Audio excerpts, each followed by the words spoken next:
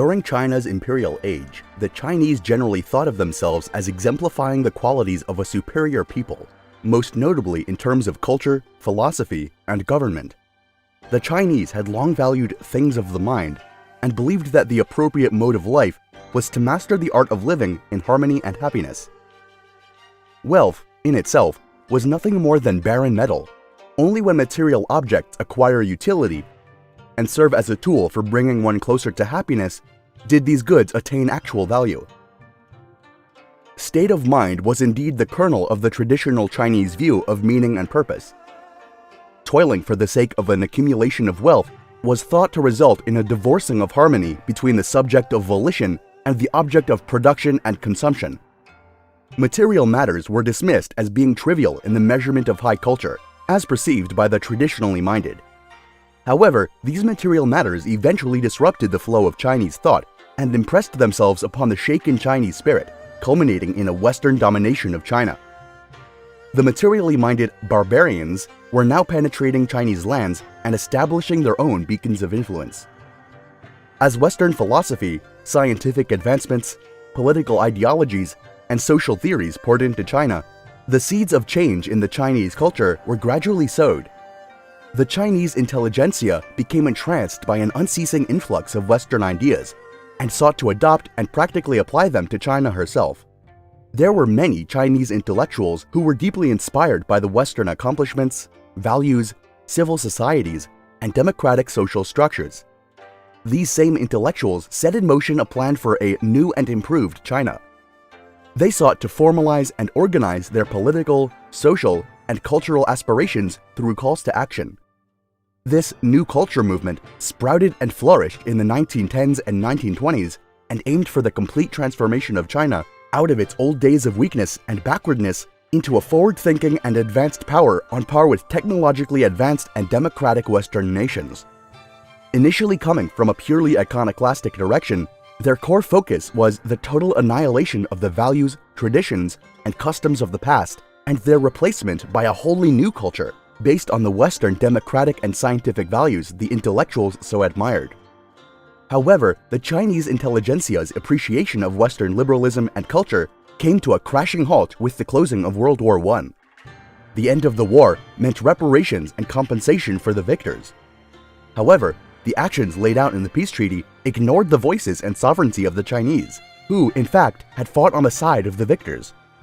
The actions taken by the Western powers after the war ignited the May 4th movement in China, when more than 3,000 university students in Beijing demonstrated against the decision of the Western democracies at the Versailles Peace Conference to transfer the former German imperialist concessions at Shandong province to Japan as war booty. It was this feeling of betrayal and change of heart which redirected the attention of Chinese intellectuals away from Western liberalism that they had once idolized. However, they remained captivated by a particular strain of Western thought, most notably Marxism and communism.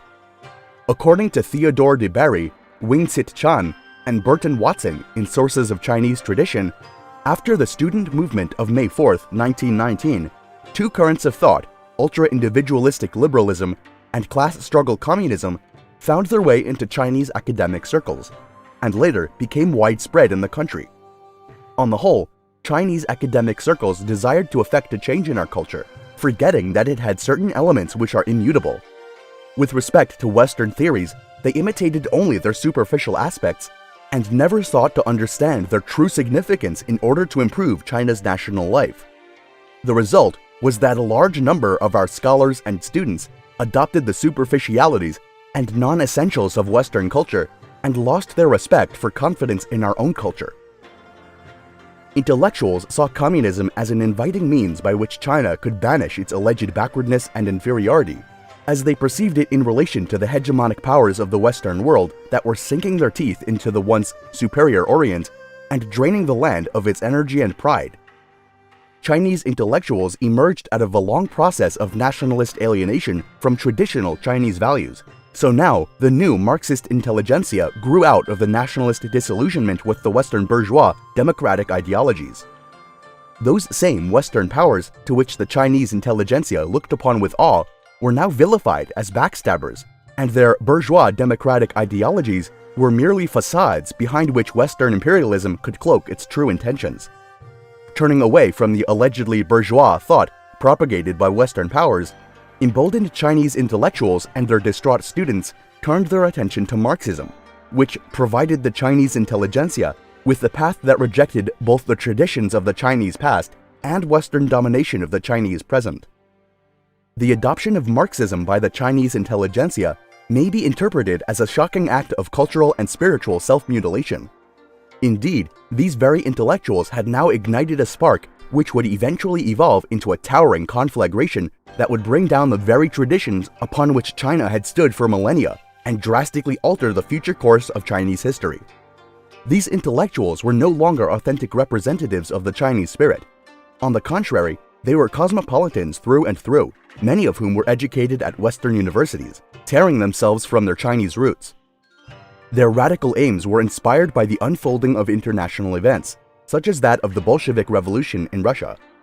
The Chinese intellectuals' enthusiasm for the Bolshevik victory is illustrated in a piece by Li Ta-chao, a professor and librarian at Peking University, whose radical thought greatly molded the mind of one of his students and assistants in the library, Mao Zedong. When speaking of the Bolshevik movement, Li Ta-chao proudly exclaims that all those dregs of history which can impede the progress of Bolshevism, such as emperors, nobles, warlords, bureaucrats, militarism, capitalism, will certainly be destroyed as though struck by a thunderbolt. The bell is rung for humanitarianism. The dawn of freedom has arrived.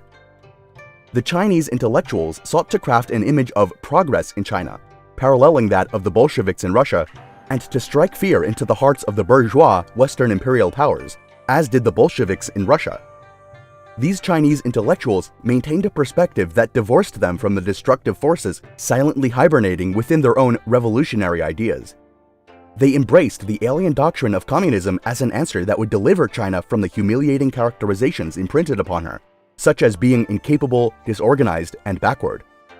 Communism holds that all social changes and political revolutions are to be explained primarily in economic terms. Further, communism and the philosophy of Marx and Lenin overall are end products of a line of thinking that can be traced far back in Western philosophy.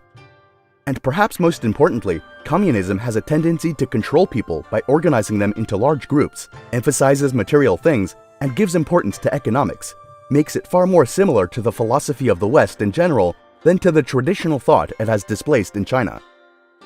For China, communism was an answer to the present dilemma and a method of national vindication after years of imperialist humiliation. Eventually, the Chinese national state, under communist control, would be able to craft a narrative that would point with pride to the glories of Chinese history and claim the great Chinese thinkers of the past as belonging to the intellectual heritage of the Chinese Communist Party. Despite its having been woven into an ideological fabric by Western minds, the adoption of communism by the Chinese did not result in a sympathetic attitude towards the West. Quite the contrary, it was a means by which the Chinese could challenge the West on an international stage and prove itself as a force to be reckoned with. Interestingly, this appropriation of Marxism and communism in New China resembles mutatis mutandis, Imperial China's call for learning the superior techniques of the barbarians to control the barbarians in the 1850s. In order to understand the seismic shift which shook the Chinese civilization to its core, we must first trace its roots in the classics of Chinese philosophical thought and its relation to the New Thought. When examining the communist dissection of traditional Chinese philosophy, it becomes clear that there was no stone left untouched. Even prior to the communist takeover, the teachings of Confucius were beginning to be ravaged by these new intellectuals, most notably by Chen Tu-Xiu, who was the editor of New Youth, a radical Chinese magazine. According to Chen, Confucianism stood simply for reaction and obscurantism, and with everything from the past that, to his mind, had smothered progress and creativity. In fact, such flaming critiques began to echo throughout young student masses who had no meaningful attachment to Confucian thought and culminated in chants and demonstrations wherein students gladly shouted iconoclast slogans including "Destroy the old curiosity shop of Confucius" and "Overthrow Confucius and his progeny." In 1935, Cao Mengwu, Ho Ping-sun, and 8 other intellectuals published a Declaration for Cultural Construction on a Chinese Basis, which, as its title suggests, unveiled a plan for the construction of a new Chinese culture. In the text, two important calls to action stood out among the others. 1. We must examine our heritage, weed out what should be weeded out, and preserve what should be preserved. Evil systems and inferior thoughts, which are worthy of condemnation, should be totally eliminated without the slightest regret. And 2. It is right and necessary to absorb Western culture, but we should absorb what is worth absorbing, and not absorb its dregs also. These positions exemplify the intellectuals' adherence to a supposedly critical scientific method for creating a new culture in China. Ironically, this tone was not radical enough for the likes of Hu Xi, an influential figure in the New Culture movement, who responded to the 10 writers, arguing that they were in fact harboring reactionary and conservative attitudes by attempting to peddle a compromise between the old and the new. In an iconoclast manner, Hu states that it is the people, all the people, that is the basis of Chinese culture, and one not need fear the complete destruction of the old culture. Hu assures his fellow intellectuals that no matter how radically the material existence has changed, how much intellectual systems have altered, and how much political systems have been transformed, the Chinese are still the Chinese. And because of this, the new culture will still have a Chinese basis. In retrospect, both the plan and its criticism by Hu can be interpreted as an ominous foreshadowing of what was to unfold 3 decades later during the Cultural Revolution. When looking at the forces that sprang the Chinese communist insurgency, we see that it was intellectuals, not the peasant and worker masses, who fostered, pampered, and unleashed the ravenous, blood-red beast of communism to feast on the Chinese spirit. Communism, as formulated by Marx and Engels, was a Western ideology and was complete with its own dogmatic axioms. Communism provided its adherents with economic-colored and materially tainted spectacles, crafted by man himself, not by nature, for surveying the world in all its spiritual richness, and was designed to filter out the aura of spirit and permit only a materialist skeleton, a mechanical husk to shine upon the veiled eye of the beholder.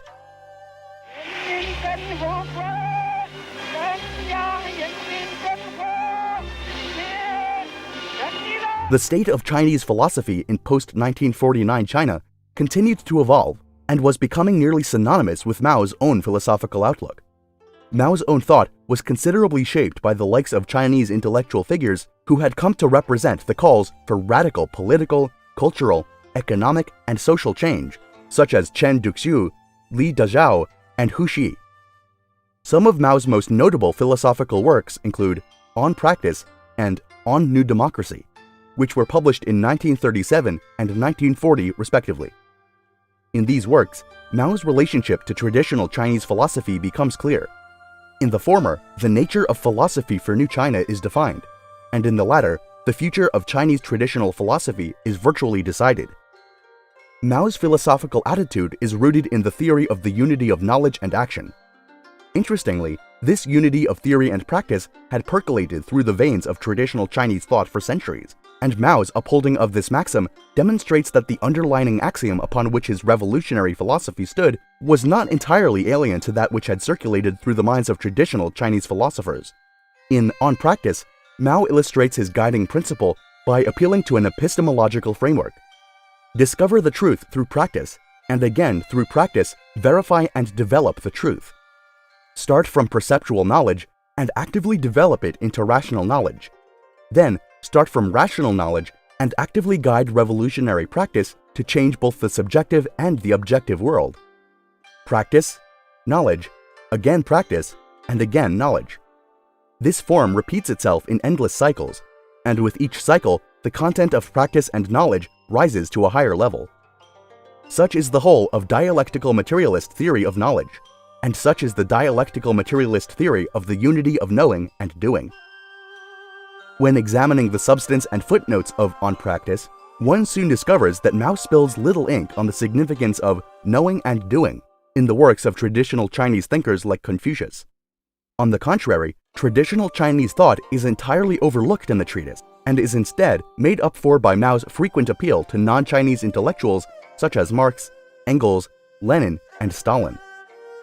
There are, however, several instances in the text wherein Mao haphazardly includes several Old Chinese sayings and a couple of allusions to historical examples of what he considers to be the Chinese people's perceptual knowledge of imperialism transforming into rational knowledge of imperialism, an epistemological model which he considers to be evidence that legitimizes his dialectical materialist theory of knowledge and reality.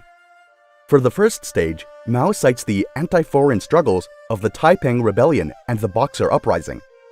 For the second stage, Mao claims that the May 4th movement of 1919 was the period wherein the Chinese masses discovered the internal and external contradictions of imperialism and saw the essential truth that imperialism had allied itself with China's comprador and feudal classes to oppress and exploit the great masses of the Chinese people. In the former stage, Mao's superficial analysis of these historical events fails to account for innumerable complexities and nuances in the social, spiritual, and cultural milieu at the time of their unfolding. In the latter stage, Mao's analysis may be more consistent with what manifested in actuality. However, this by no means absolves Mao of his post hoc ergo propter hoc conclusions. In short, Mao contorts and truncates these seismic events in Chinese history into a grand narrative that conforms to his dialectical materialist view of reality. He then appeals to the events, after being conditioned by a dialectical materialist framework, as being vindications of his brand of dialectical materialism, thus begging the question. One of the most fascinating elements of Mao's thought was his extraordinary emphasis on the role of human consciousness in the making of history. Furthermore, although Mao's brand of dialectical materialism paid ideological deference to the presumably objective laws of historical development set forth in orthodox Marxist text, Mao clearly believed that the course of history ultimately was determined by what people thought. Related to the central role of consciousness in historical development are traces of idealism that manifest themselves in several of Mao's speeches, namely his assertions that mental force, or consciousness alone, has the capacity to alter or change the development and outcome of physical affairs. This dynamism of mind to matter and matter to mind seems to depart from any kind of coherent materialist or idealist monism. In fact, a kind of dualism emerges. Mao's thought reflects elements found in that of Lenin, who, in turn, furthered the brand of materialism advocated within Marx's own oeuvre, which happened to be a materialist inversion of the absolute idealism of Hegel. The arduous struggles endured on the Long March provided by Mao with evidence for his theory of consciousness and its power to navigate and transform a world of physical objects. Mao explicitly addresses this in his May 1963 speech, "Where Do Correct Ideas Come From?", wherein he makes the following remarks. Furthermore, the one and only purpose of the proletariat in knowing the world is to change it. Often, correct knowledge can be arrived at only after many repetitions of the process leading from matter to consciousness and then back to matter. Matter can be transformed into consciousness and consciousness into matter. Such leaps are phenomena of everyday life. However, in this speech, Mao's assertion of the causal efficacy of consciousness contradicts his earlier stance that consciousness, as well as all its products, thoughts, ideas, impressions, theories, are restricted, bounded, and enclosed by matter. Returning back to the sources for Mao's own brand of materialism, we see that Lenin says the fundamental premise of materialism is the recognition of the external world, of the existence of things outside and independent of our own mind. The object exists independently of the subject. Based on the statements of Lenin and that of Mao, we are left wondering how Mao's ardent dialectical materialist epistemological views can be reconciled with the fragments of idealism expressed within Mao's revolutionary thought as articulated after the struggles he and his revolutionaries endured on the Long March, such as the transformative power of consciousness. Mao's redirection of philosophical inquiry away from abstract concepts, idealistic theories, and subjectivism towards the discovery and solution of practical problems exemplifies his deeply held conviction that practice is the only meaningful way of acquiring and employing knowledge in the world. Metaphysical speculations and methodologies were cast into the pit of counter-revolutionary ideas. The unitary nature of knowledge and activity was to be reaffirmed through the working in tandem of philosophy and production and implementation of the two in the transformation of existing philosophy according to the Marxist pattern. In his 1961 article, Chinese Philosophy in Communist China, the late Wing-Tsit Chan, a professor of Chinese philosophy at Dartmouth College, addressed the future of Chinese philosophy under the Maoist regime. What is the future of Chinese philosophy? In fact, research on Chinese philosophy is going on. Studies and commentaries on Chinese philosophical classics are being published. It can be said, however, that its fate is the same as that of philosophy in general, namely, that it must be reconstructed according to the Marxist pattern. Wing Tit's revolutionary sympathies seep into his writing and present the iconoclasm at work under a positive light. In fact, he sees Chinese philosophy as simply undergoing a self-reflective development away from its idealism and abstract ideas and directing its attention back to worldly, practical matters for the benefit of the Chinese masses. Interestingly, Wing Tit reluctantly labels Confucius, Chu Xi, Wang Yangming, and other Chinese philosophers as feudalists, albeit they were primarily interested in the solution of practical problems for all. On a broader cultural and philosophical scale, Chinese philosopher Xiao Shafu articulated the necessity for a synthesis or sinification of Western Marxist thought into a compatible philosophic structure. Feng writes, "The profound studies and classical criticism of European philosophy by Marx, Engels, Lenin, and Stalin are forever models in our study. Especially are the philosophical writings of Comrade Mao Zedong and his comrades in arms most glorious examples, showing us how to continue our philosophical heritage and to unify Marxian philosophy and the Chinese people's good traditions of thought." In his later work, On New Democracy, Mao draws a plan for the restructuring of culture and philosophy in New China. Mao rhetorically asks, "We want to build a new national culture, but what kind of culture should it be?"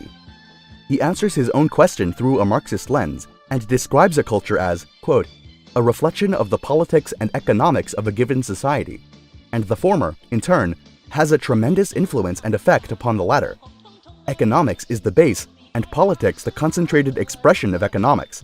It follows that the form of culture is first determined by the political and economic form, and only then does it operate on and influence the given political and economic form. According to both Xiao and Ai Siki, another Chinese Marxist philosopher, Mao's vision of a fusion between Western Marxist theory and Eastern practice would be successful via a critical analysis of China's cultural heritage using Marxist-Leninist methodological tools. Ai argues that it is necessary to select its quintessence and to throw away its dregs. He proceeds to define his terms and renders his own conclusion absolute. What is quintessence? It is that part of the heritage that is democratic, scientific, and for the masses. What are the dregs? They are what is anti-democratic, anti-scientific, and anti-people, or aristocratic. The culture we want to build up is that which is nationalistic, democratic, scientific, and for the masses. Therefore, what we want to continue is that in the old culture, which is democratic, scientific, and for the masses, and we must throw away what is anti-democratic, anti-scientific, and anti-people. This should be the general attitude of Marxists-Leninists towards the cultural heritage. This is a universal principle. In his discussion of the nature of culture, Mao puts forward a vague plan to replace China's old economy and old culture and fill the void with the new politics, the new economy, and the new culture of the Chinese nation.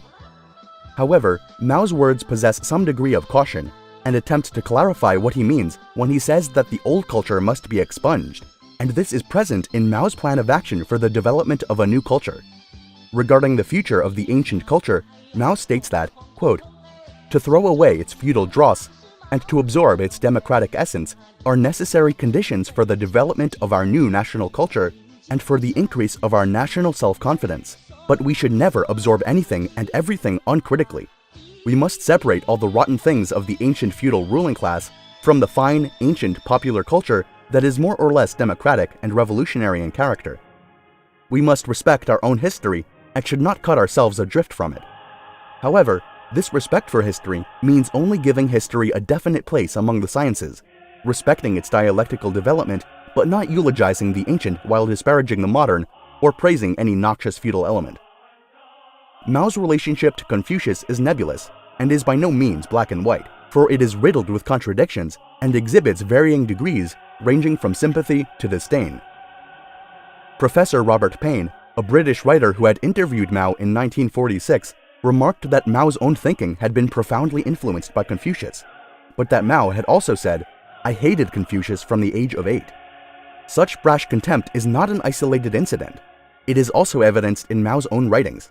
For example, quote, "Emphasis on the honorings of Confucius and the reading of the classics, and advocacy of the old rules of propriety, and the education and philosophy are part of China's semi-feudal culture which must be overthrown.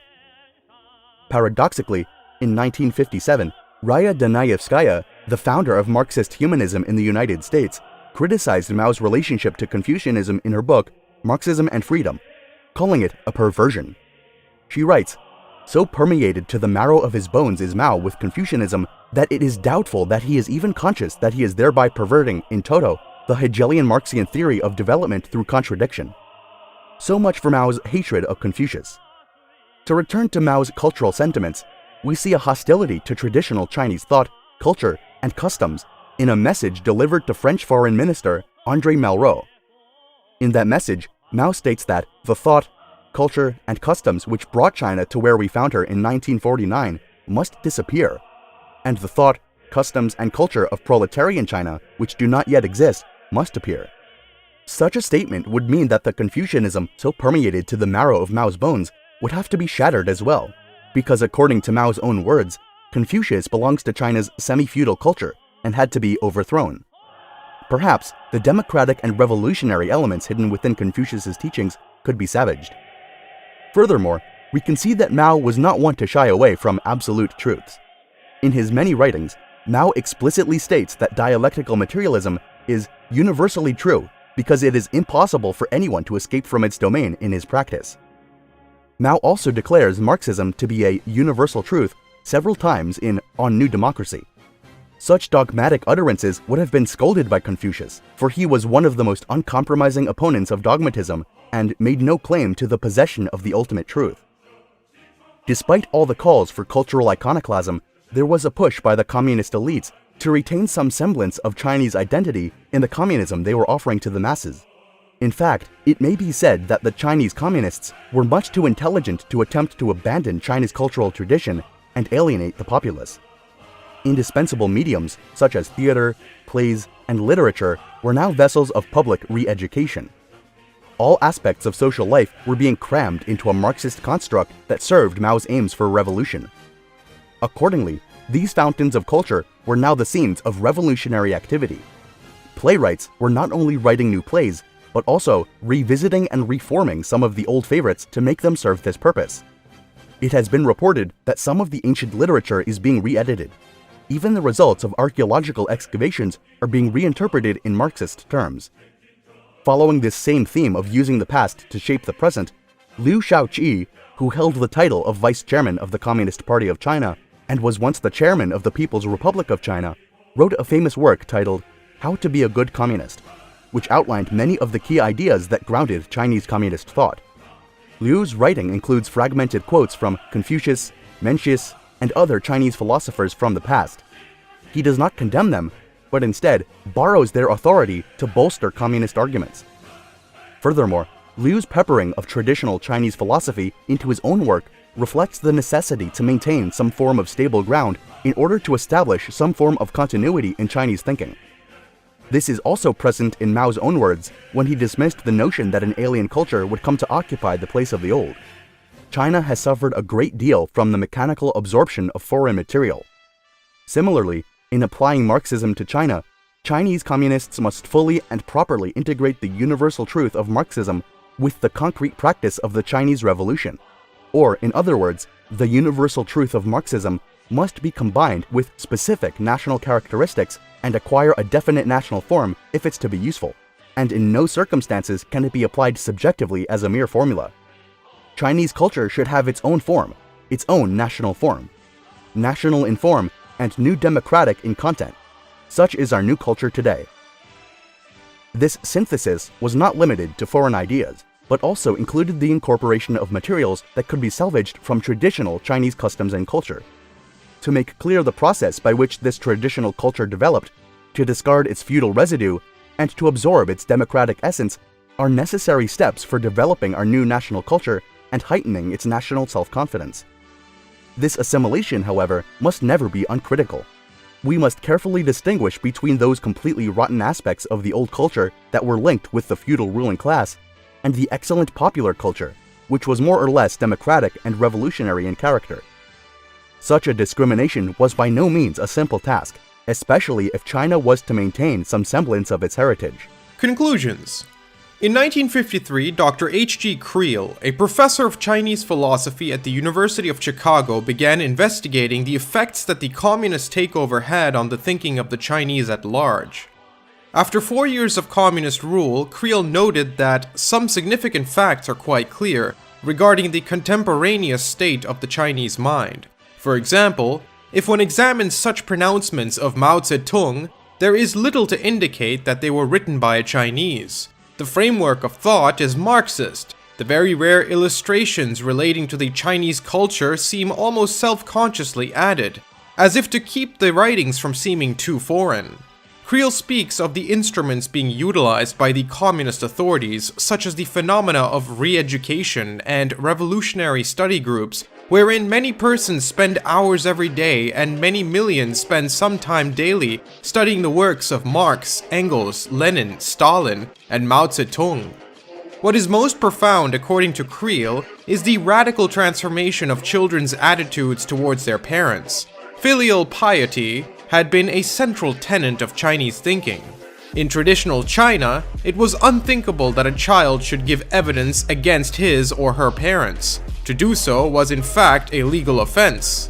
However, with the creation of public mass trials and other weapons used for communist propaganda, children were encouraged to tear apart the millennia-old tradition of filial piety by denouncing their accused parents in order to demonstrate their loyalty to communism.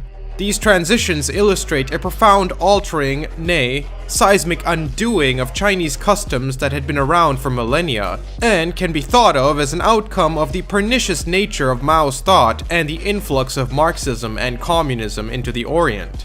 Despite having died over 43 years ago, Mao's ghostly shadow continues to loom over China and all her manifestations, whether it be her people, her culture, her economy, her government, or her social sphere. His Marxism, communism, radicalism, iconoclasm, and philosophical eclecticism cast an unmistakable aura that continues to pierce through the heart of the Chinese spirit to this day.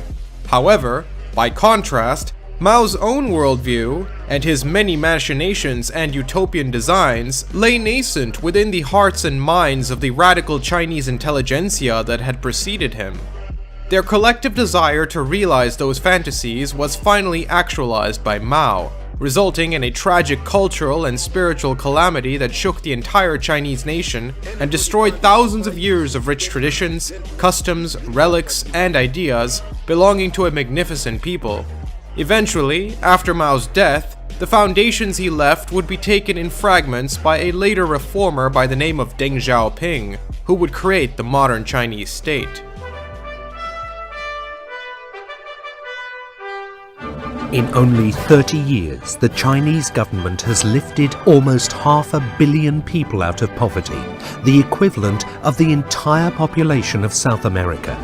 The Chinese economy, from the 7th in the world in 1970, became the 2nd and is still rising faster than any other economy in the industrialized world.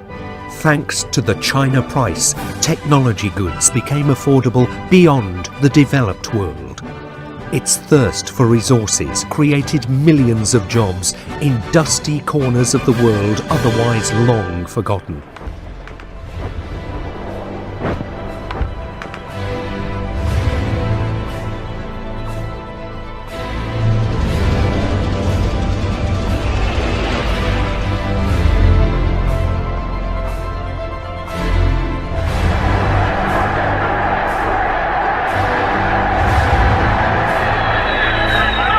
Scendiamo in campo